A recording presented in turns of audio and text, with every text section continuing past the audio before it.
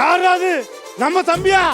சின்ன வயசுல தாத்தா பார்த்தேன்னு சொன்னானே அந்த தம்பி தானே? அதேதான். ஐயா யார் தெரியலையா? ஆதார் கார்டு வரதுக்கு முன்னாடி ஆதாரத்தை எடுத்து வந்து அந்த தம்பியா? ஆமா, ஆதார் கார்டு வர்றதுக்கு முன்னாடி ஆதாரத்தை கொண்டு வந்து ஏன் தம்பி வாப்பா, இங்க வாப்பா தம்பி.